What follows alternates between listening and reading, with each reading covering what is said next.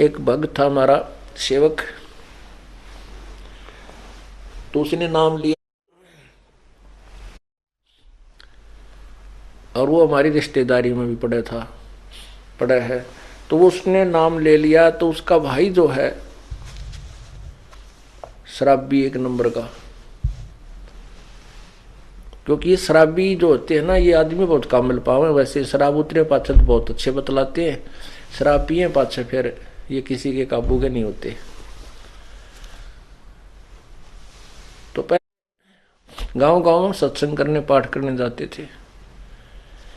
और एक और भगत था जो दिल्ली साइड का, उसने नाम लिया था। तो उसको ये बताया गया था कि आप वहां आ जाना, वहां 3 दिन सत्संग करेंगे हम गांव में। उनका एड्रेस बता दिया। तो उसमें जो जिसका हमने पाठ करना था उसका भाई का पाठ था, शराबी का। तो भाई के न कम जाने थे, उसने ज्यादा जाने थे। वो ड्राइवर था रोडवेज का, वो हमारी रिश्तेदारी में पड़ा है, उसका भीम नाम। तो हमने उस साथ में एड्रेस ये लिख रखा था कि कृष्ण ने ना जाने तो भीम ड्राइवर पूछ लियो। बोला ठीक है। तो उसने आके पूछा, बोला भाई सत्संग है वहां जाना हमने। बस अड्डे से दूसरी तरफ उनके घर थे। तो वो एक आदमी मिल गया ना, बोला किस जगह? बोला उसने बताया कि भीम ड्राइवर घर का जाना। बोला उनका किसा सत्संग होता? एक नंबर का शराबी है, वहां का सत्संग होता। उसको पता नहीं था। दूसरे से पूछा, उसने भी नहीं कहा। बोला वो भीम ड्राइवर शराबी गए, वो किसे सत्संग कराओ भाई? वो घर जरूर बता देंगे, आगे चला जाए इस साइड में, वहां पूछ लिए। जगह बताते चले गए। 4 मिले, 4 ये शब्द बोले कि वो किसा शराबी हो, किसके? वो तो शराबी है। तो वो पहुंच गया वहां पर। उसने सत्संग सुन भी, वो तो नाम लिए रखा था उसने। तो दूसरी बार फिर 6 महीने के बाद, 1 वर्ष के बाद फिर दोबारा सत्संग था वहीं पर। तो वही भगत, फिर उसको पता लगा कि वहाँ सत्संग कर रहे हैं गुरुजी। क्योंकि पहले हम जिस गांव में सत्संग करते थे, हमारे भगत वहीं पहुंच जाया करते थे मिलने के लिए, अपनी कोई समस्या समाधान के लिए। तो ऐसे हमने लिस्ट बना रखी होती थी, वो लिस्ट दे देते थे, भी ये कोई पूछे थे बता देना। तो वो भगत फिर उसी गाँव में आया और उनके घर से उलट पुलट गाली गलिया में कहे 1-2 आदमी आ ले, तो उसका समझ ना आवे कहाँ सी हो रहा सत्संग। तो उसने फिर उसकी जब वो दूसरी बार आया तो उसने भीम का जिक्र नहीं कराया। बोला मैंने कृष्ण का जाना है, वो डॉक्टर है कृष्ण। तो उन हमारा भगत मिल गया। ने बोला वो कृष्ण डॉक्टर का इनका उसने नाम ले लिया उस भीम ड्राइवर ने, और उन्हीं का वो पाठ हो रहा था उस दिन।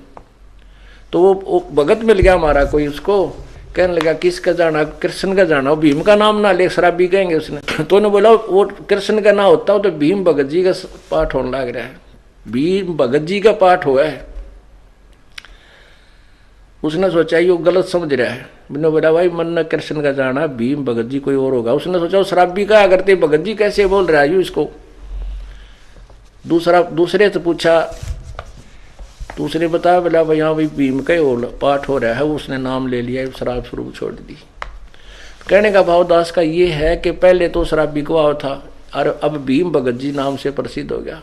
तो इसका यही अर्थ है कि हर सुमर सो हंस कहावे, कामी क्रोधी कागरे, और भौरा ना बर में विष के बन में चल बेगमपुर बागरे।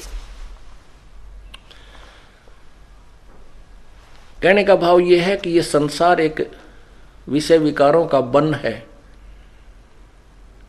और जैसे किकर के बबूल का बाग वन हो, उसमें जहां भी जाओगे कांटे लगेंगे। तो ये संसार जो है ये बबूल का वन है। इसमें कदम कदम पर पैराम ना लगेंगे तो मुंह पर लगेंगे, कितना न कितना हाथ में लगेंगे। यानी कोई न कोई कष्ट इस संसार में आपको बना ही रहेगा। बेगमपुर बाग में चलो जहां पर कांटे नाम की चीज नहीं। बेगमपुर, बेगम जहां कोई कष्ट ना हो, कोई दुख ना हो, कोई गम ना हो। अब ये जैसे ये जो शब्द इस दास ने सुनाया है, ये एक नित्यानंद जी संत हुए हैं, उनका उनकी इसमें छाप लगी है। और वैसे ये यही शब्द कबीर परमात्मा की शब्दावली में भी है। उसमें 2 लाइन और एक्स्ट्रा हैं। तो ये संतों ने ऐसे एक दूसरे की ज्ञान से ही ज्ञान होता है, उनके ज्ञान सुन के इसने अपनी तरफ से बना दिया। बाकी संकेत यही है जीव को बुराइयों से हटा करके और अच्छाई की तरफ ले जाना। अब जिसको जितना ज्ञान है वो वहीं तक बोल सकता है। नित्यानंद जी के गुरुदेव जो है गुमानी दास जी विष्णु उपासक थे। अब इन संतों ने भक्तों ने स्वर्ग को ही बेगमपुर मान रखा है, लेकिन स्वर्ग जितना दुख की तभी को नहीं, क्योंकि हम सुख मान रहे हैं इस गोटी सूटी लाड़ने, डांस डूंस देखने, अच्छे फल आहार खाने को, इसी को सुख मान रहे। और वो स्वर्ग में अपने ही पैसों से, अपने धन से खूब प्राप्त है, वहां पर पर्याप्त भी है और प्राप्त भी है। कहने का भाव ये है कि हमने वो, इसने जो महापुरुष ने नित्यानंद जी को जो ज्ञान था, इसने स्वर्ग तक के ही जाने के लिए प्रेरणा दी है। लेकिन अब हमें ज्ञान हो गया कि हमें तो सतलोक चलना है, इसलिए हमने इन्हीं प्रेरणाओं से अपने सतलोक की तरफ अग्रसर होना है, बुराइयों से बचना। कहते हैं भौरा ना भर में इस विष के बन में, विषय विकारों का जो जहर रूपी बन है, इसमें मत चल बेगमपुर बाग रे, सतलोक को चल। कबीर साहब के शब्द में, इसी शब्द में, जो कि तुम पूरी पंक्तियां ये तो है ही, लेकिन लास्ट वाली नहीं, उसमें क्या है कि मान ले तू जाग भी गया, ये जागना नहीं है कि सुबह उठा और हुक्का भर के पीन लग गया और गुड़ गुड़ करने लग गया। कहते उठ सवेरे भरा तमाकू के जाग्या निर्भाग रे, राम सुमरा ना कोई सुख शुक्रम की ना फूटे तेरे भाग रे।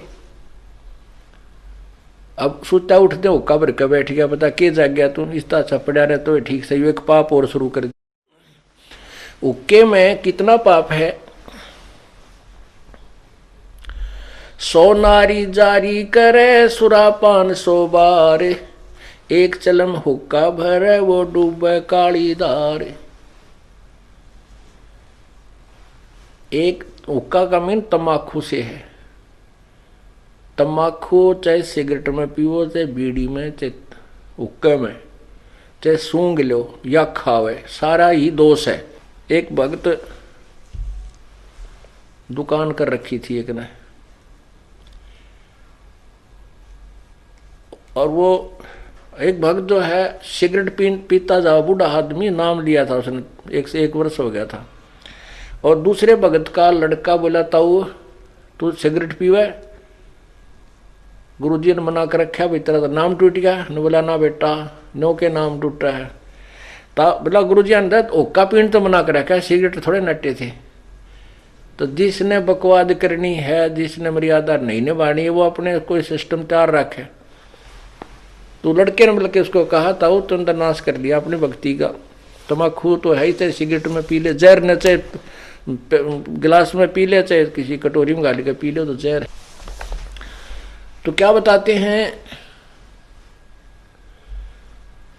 कहते हैं पर द्वारा स्त्री का खुल है, 70 जन्म अंधा हो डोले, सुरापान मदमासा हारी, गमन करें भोगे पर नारी, वो 70 जन्म कटेंगे शीशम, साक्षी साहिब है जगदीशम। जैसे किसी पर स्त्री गमन करने वाले को कितना दोष होता है, कहते हैं 70 जन्म अंधा हो डोले। फिर सुरापान मदमासा हारी, दारू पीवे, मांस आहार करे और पर स्त्री गमन करे, उसके साथ क्या होगा, सुरापान मदमासा हारी, गमन करे भोग पर नारी, 70 जन्म कटेंगे शीशम, साक्षी साहिब है जगदीशम। कहते हैं उसके 70 जन्म तक बुरी तरह दुर्गति से मृत्यु होगी, कभी मुर्गा बनेगा, कभी बकरा बनकर उसके शीश कटेंगे, यानी दुर्गति से बहुत बुरा हाल होगा। अब उन सबको मिलाकर 100 नारी जारी करे, ओए होए, और 101 फिर कहते हैं मजरा पीवे कड़वा पानी, और 70 जन्म कुत्ते के जानी, ओए होए। शराब पीने वाले के 70 जन्म कुत्ते के होंगे कंटिन्यूस, आगे गधे वाली नंबर जब बाद में होगा, पहले कंटिन्यूस 70 जन्म कुत्ते के होंगे, और कुत्ते का जन्म तो एक कब तेरा। अब तो दारू पी कर बकवाद करें, और फिर कुत्ता गंदे नाले का पानी पीता है। तो कहने का भाव ये बता रहे हैं परमात्मा के 100 नारी जारी करे, एक पर स्त्री गमन का कितना पाप है, 70 जन्म अंधा हो डोला है, और 70 जन्म कटे शीशम।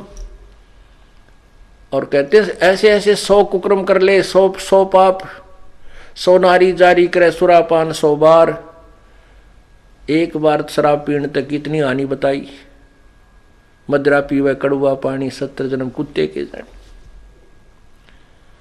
100 नारी जारी करे सुरापान 100 बार, और एक चिलम हुक्का भरे वो डूबे काली धार। उनसे भी अधिक कितना पाप है, कहते एक हुक्का भर के देने वाले को, पीने वाले का तो बेड़ा गर्क होएगा, जो भर के दे उसमें सहयोग देता है उसको भी इतने पाप लगेंगे, वो भी डूबे काली धार अर्थात घोर नरक में डाला जाएगा।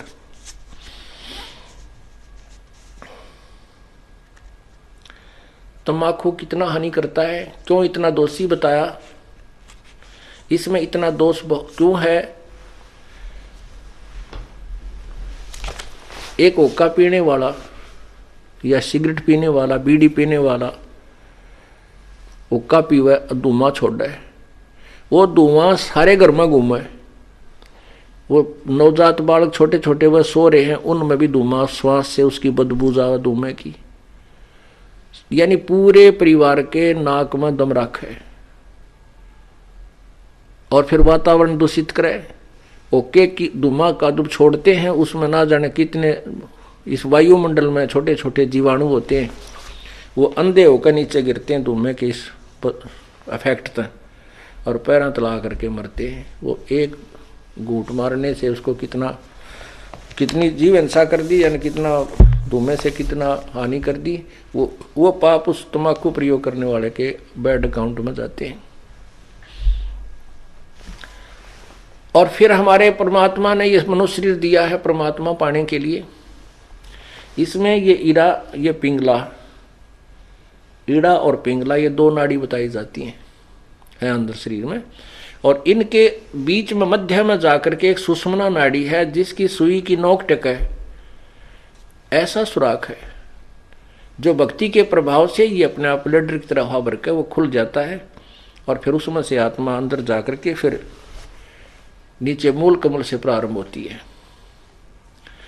अब क्या होता है कि उसमें वो तम्बाकू का जो पीते हैं तम्बाकू, और नाका में अगर छोड़ दिया करें, गोटा मारेंगे नो छोड़ दिया करें, तो वो धुआं जो है उस सुराख को पालिश कर देता है, परमात्मा के पाने वाले उस मेन गेट को बंद कर देता है। तो इससे बड़ा शत्रु हमारा और क्या हो सकता है। फिर इस जीवन का के फूकेंगे तो ऐसा गधे का ऐसा कुत्ते का, जब भगवान नहीं मिला इसमें, वो रास्ता बंद कर दिया। दास ने ये सत्संग किया और वो पुण्यात्मा जो बूढ़ा मैं बताऊं था कि भाई बुढ़ापे में सारी उम्र तक हो दी और 65 साल की उम्र हो दी थी, ये सत्संग सुन रहा था ऊपर बैठ कर दूसरे बेटे की छत पर, आगे पाखंडी है मेरा छोरा भुका लिया, मन का था मेरे से गंदे गंदे विचार आवे थे आप आए जब आपके। तो उसने पहले हम 3 दिन सत्संग करते थे, 2 रात को, अगले दिन सुबह कर करके फिर भोग लगा के हम प्रस्थान करते थे। तो पहले दिन तो उसने सुना बूढ़े ने सत्संग, और दूसरे दिन तो वो सत्संग जब अगले दिन भी उसने सत्संग सुना, भोग लगना था अगले दिन तो बूढ़ा यानी शाम के समय जब सत्संग खत्म हो लिया वो आ गया, और वो पहले उस बच्चे ने उसके अपने पुत्र वधू ने कई बार ने कहा था तुमने नाश करोगे हैं, यहाँ के बुला लिए ये नाश करने लग रहे, तुम ऐसे ऐसे करते हो, ये पाखंड क्या कर रहे हो तुम। तो उसकी पुत्र वधू ने सोचा ये बूढ़ा है भी महाराज जी ने कि वो नहीं सीखी कहेगा, यो इज्जत का गाक बनेगा हमारी का। अब बोल रहा कि उसने बाप आकर बैठ गया और वह खड़ी होगी दूर सी, अकीब देख के रखे के बोल रहेगा इसने कि का बूढ़ा, और लोग ने शर्म लिया और भाई मैं माना रहा हमारे इनके कहेगा। तो बूढ़ा ने बोला महाराज जी हमें पता था कि भाई जो सत्संग नहीं सुनते वह ठीक तो बोला नहीं करे। हमने सारी तरह के आदमी देखे, 4-5 वर्ष गांव में गए, हमने कोई इससे लेना देना नहीं था। भाई कोई राजी बोला उसका बोला, बुंडा बोला, अपने जुबान और कान दोनों बंद कर लेते। मैं कह लेगा मानने थोड़ी बहुत बतावाएंगे, भाई नहीं मानेगा तो इसकी मौज है। कहने लगा महाराज जी मेरे ये 3 बेटे बताए, उसने 2 इतना ध्यान नहीं। ने बोला हमारे पास 2 किले थे, आज मैंने 8 किले 9 किले और मोल लिए अपने जीवन में, और पशु से भी बदतर धंधा किया हमने। और आज जो आपका ज्ञान सुना, ये बातें मैंने कभी सुनने को नहीं मिली ना। मैं कि तो जाया करता, मैं 3 सत्संग करने वाला न पाखंडी समझा करता था। आपका ज्ञान सुना मैंने वहां ऊपर बैठ करके। अब मेरा केरा होगा, न्यो कह बूढ़ा रोन लग गया, जिस तरह बालक रोया करे न्यो पड़ के। मैं बोला की बात होगी, क्यों नहीं, क्या बात होगी। मैंने समझाया, फिर तो जलसा उसका डट लिया, जब लग गया बताने। कहने लगा ये बात तो मैंने जिंदगी में कभी सुनी है को नहीं, जो आज आपने, मेरा तो कालजा पाटन हो रहा, नींद नहीं आई रात को मुझे। मैंने तो इतने हुक्के पी रखे हैं कि हुक्का सीला नहीं होने दिया करता मैं। अब मेरा कीड़ा होगा, मेरे जैसे पापी का क्या इलाज। जो मैंने सारा जीवन पशु से बदतर धंधे किए, और अब उम्र चली गई, अब भक्ति हो को। फिर रोने लग गया, फिर रोने लगा वो। मैं फिर उसको समझाया, मैं बोला कुछ नहीं बिगड़ा है अभी तक। इस आत्मा के, इस जीव के असंग जन्म हो लिए, और यदि अब भक्ति नहीं शुरुआत करी तो आगे भी ये झंझट सदाई बना रहेगा। आप अब शुरू कर दो इस उम्र में, कोई फर्क नहीं पड़ेगा। ने बोला ईब के होगी, दिन के बरा कह दिन का मेहमान हूं मैं, कितने वर्ष का, अब तो मुश्किल है, नो नाड मारे। फिर उसको समझाया कि ध्यान से सुनो आप, जैसे कुएं में बाल्टी पड़ दी हो, डोल है, बाल्टी होती है जिसका रस्सा बांध कर पानी बाहर खींचते हैं, और वह बाल्टी कुएं में चल पड़ी और उसका जो रस्सा लटकता हुआ आ रहा है। यदि हाथ पैर मार कर दौड़ धूप कर उस रस्से को लास्ट बीट, उसकी जो लास्ट एंड बीट है ना पूछड़ी, वह नेजू की उस रस्से की, बाल्टी के बंधे हुए रस्से की पूछड़ी ठहगी, यानी एंड भी मिल गया, 4 उंगल का रह रहा, वो भी हाथ में आ गया तो कुछ भी ना गया, वह बाल्टी भी आ और पानी भी मिला। अब जावत ये कि जब हाथ पा नहीं मारेंगे तो गई, वो तो जा ही रही है। पहले लंबे लंबे रस्से हुआ करते, गहरे पानी होते थे कुओं में, और कम से कम 50, 60, 100 फुट तक की लंबी रस्सी होती थी, तो उसको जाने में भी समय लगता था। तो अगर उसकी पूछड़ी भी ठहगी ना नेजू की, उस रस्से की, तो कुछ भी कौन गया, और नहीं हाथ पा मारेगा तो गई, फिर तो कुछ भी हाथ नहीं लगेगा। यह बात उस बुढ़े के कसूती जच गई। मैंने उसको समझाया कि आप नाम शुरू करो, मोक्ष नहीं होगा तो मनुष्य शरीर आपको गारंटीड मिलेगा। वैसे तो मोक्ष इसी में हो जाएगा, कोई बड़ी बात नहीं है। आप सत भक्ति करो, सच्चे मन तक लगो और पूरी मर्यादा निभाओ, मुक्ति में कोई बात है। एक सांस के सीमेंट की इतनी कीमत है, सब कुछ आपके पास होगा, तो उसका बात समझ में आ गई। परमात्मा कहते हैं जीवन तो थोड़ा ही भला जो सत्य सुमन हो, और लाख वर्ष का जीवन कोई लेख दे ना को। थोड़ा जीवन बतेरा जो सच्चा सुमन हो, सच्चा मार्ग हो, सच्ची श्रद्धा से आप करो, डर के करो, फिर मर्यादा में रहते हुए करो, तो कोई मोक्ष में कोई ज्यादा वो नहीं है। तो वो कहने लगा जी ना तो मैं दान कर सकता, ना मैं धर्म कर सकता। मैं बोला ये तेरे बेटे तेरे तो पहला नाम पाएंगे। जब वह बुढ़िया वह माई आ गई वहां बैठ गई, ने बोली अपने ससुर के लिए एक पाठ तो मैं कराऊंगी। मैं बोला देख हो गया तेरे दान शुरू। परमात्मा पर लगो रास्ते आप खोल देगा, कोई दिक्कत। आप सुमन करो, आपने जो सुमन से बड़ा तो कुछ भी नहीं है, आपके हाथ में कुछ नहीं है, मान लिया। अपनी भक्ति करो, सुमन बढ़ाओ, सारा कुछ इसी में आ जाएगा। भक्ति करो डट के, क्योंकि दान धर्म सेवा जो है हम हृदय साफ करने के लिए कराते हैं। और ईब आपका कर्जा पाटन न हो यार, कुछ पाप करने की जगह रही नहीं। पाप तो आप केवल इसलिए करो थे कि ये ओका पीओ थे, और तेरे बच्चे बहुत समझदार हैं, आपके लिए खूब यज्ञ भी कराएंगे, ऐसी बात थोड़ी है। तो उसने उस बुढ़े नाम लिया, 10 वर्ष वो जिया, खूब डट कर भक्ति करी, तीनों नाम प्राप्त किए और अपना शरीर छोड़ के आराम से चला गया। बोलो सतगुरुदेव।